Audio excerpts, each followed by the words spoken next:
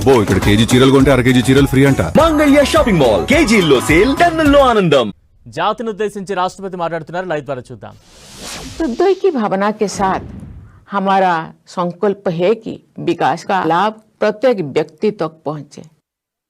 अपनी समृद्ध विरासत और स्वाधीनता संग्राम के आदर्शों को अपनाते हुए हम आधुनिक विकास के मार्ग पर अग्रसर है। वयं राष्ट्र जागृयम, ये वेदवाक्य हमें प्रेरणा देता है कि हम राष्ट्र के लिए सदैव जागरूक रहे।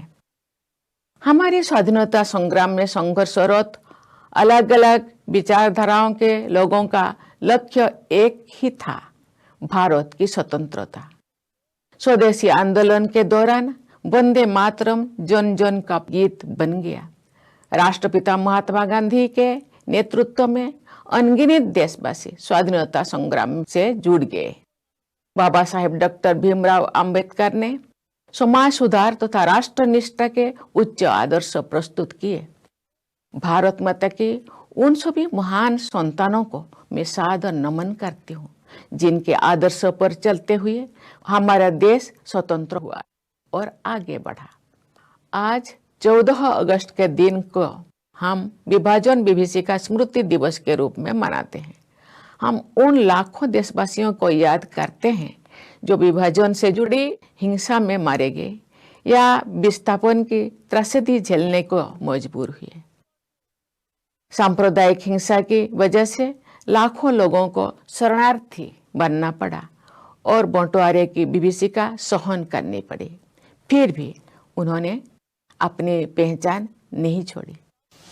जब हमारा देश स्वतंत्र हुआ, उस समय देश के विभाजन के गंभीर परिणामों के साथ साथ 550 से अधिक रियासतों को नव स्वाधीन भारत के साथ जोड़ना भी एक असाधारण चुनौती थी। सरदार पटेल ने राजशाही व्यवस्थाओं को समाप्त करके हमारे स्वाधीन लोकतंत्र में उनका विलय किया। एक कृतज्ञ राष्ट्र की ओर से आधुनिक भारत की एकता के शिल्पकार लौह पुरुष सरदार वल्लभ भाई पटेल की पावन स्मृति को मैं सादर नमन करती हूँ। प्यारे देशवासियों, भारत के लोगों द्वारा निर्मित हमारा संविधान नागरिकों की भागीदारी पर आधारित है। लोकतंत्र की जननी भारत भूमि के निवासियों में जनभागीदारी की भावना सदा से विद्यमान रही है। उस भावना को नई ऊर्जा के साथ हमारे देशवासी आगे बढ़ा रहे हैं। राष्ट्रीय अभियानों को जनभागीदारी से आगे बढ़ाया जा रहा है। ये हमारे लोकतंत्र की प्रेरक उपलब्धि है। प्रतिष्ठा और अवसर की समानता तथा व्यक्ति की गरिमा हमारे संविधान के प्रमुख आदर्श है। आज साधारण पृष्ठभूमि के लोग अनेक क्षेत्रों में असाधारण योगदान दे रहे हैं। इससे मेरा ये विश्वास दृढ़ होता है कि आज के भारत में हर व्यक्ति बड़े सपने देख भी सकता है और उन्हें पूरा भी कर सकता है। हमारे संविधान में कार्यपालिका, विधायिका तथा न्यायपालिका के उत्तरदायित्व का स्पष्ट उल्लेख है। जनप्रतिनिधियों का कर्तव्य है कि वे विधायिका में जन आकांक्षाओं को अभिव्यक्त करें। कार्यपालिका का कर्तव्य है कि जनहित और राष्ट्रहित की नीतियों को कार्यरूप दे। न्याय व्यवस्था से जुड़े प्रत्येक व्यक्ति का ये कर्तव्य है कि अभाव के कारण कोई व्यक्ति न्याय से वंचित ना रहे।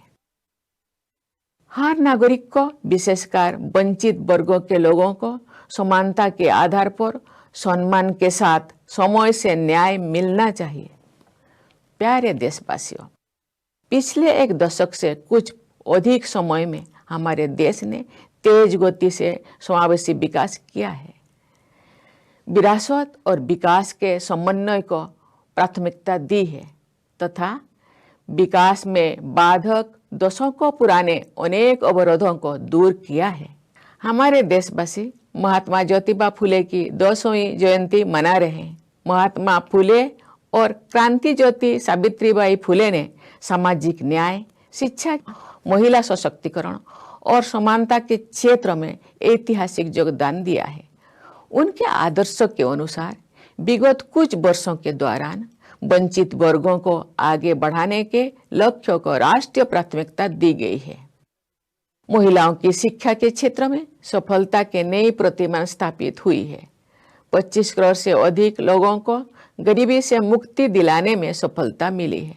विश्व की सबसे बड़ी वित्तीय समावेश की योजना प्रधानमंत्री जन धन योजना के तहत लगभग 59 करोड़ खाता धारक बैंकिंग व्यवस्था से जुड़ चुके हैं। उनमें 32 करोड़ से अधिक महिला खाता धारक शामिल है। 80 करोड़ लोगों के लिए निःशुल्क राशन की व्यवस्था द्वारा उनकी खाद्य सुरक्षा सुनिश्चित की गई है। आयुष्मान भारत प्रधानमंत्री जन आरोग्य योजना के तहत 60 करोड़ लोगों को प्रतिवर्ष 5 लाख रुपया तक की निःशुल्क चिकित्सा सुविधा उपलब्ध कराए गए हैं। किसान सम्मान निधि तथा किसान क्रेडिट कार्ड्स से खेती, डेयरी, मुर्गी पालन, मत्स्य पालन और मधुमक्खी पालन जैसे गतिविधियों से जुड़े किसान भाई बहनों को संबल मिला है। विश्व का इतिहास